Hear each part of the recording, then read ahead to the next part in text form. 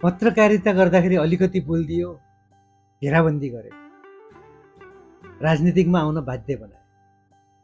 राजनीतिकमा आएर जितेर सांसद भइयो, सांसदमा घेराबन्दी गरे, सांसदबाटै निकाले,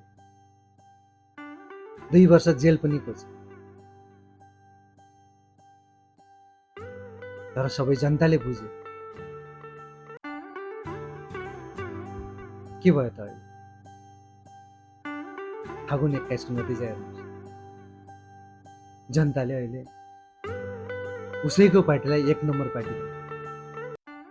बहुमत मात्रै होइन, 2/3 बहुमत दियो। अब के भन्नुहुन्छ तपाईँ? अति गर्नु, अत्याचार नगर्नु भने यही हो।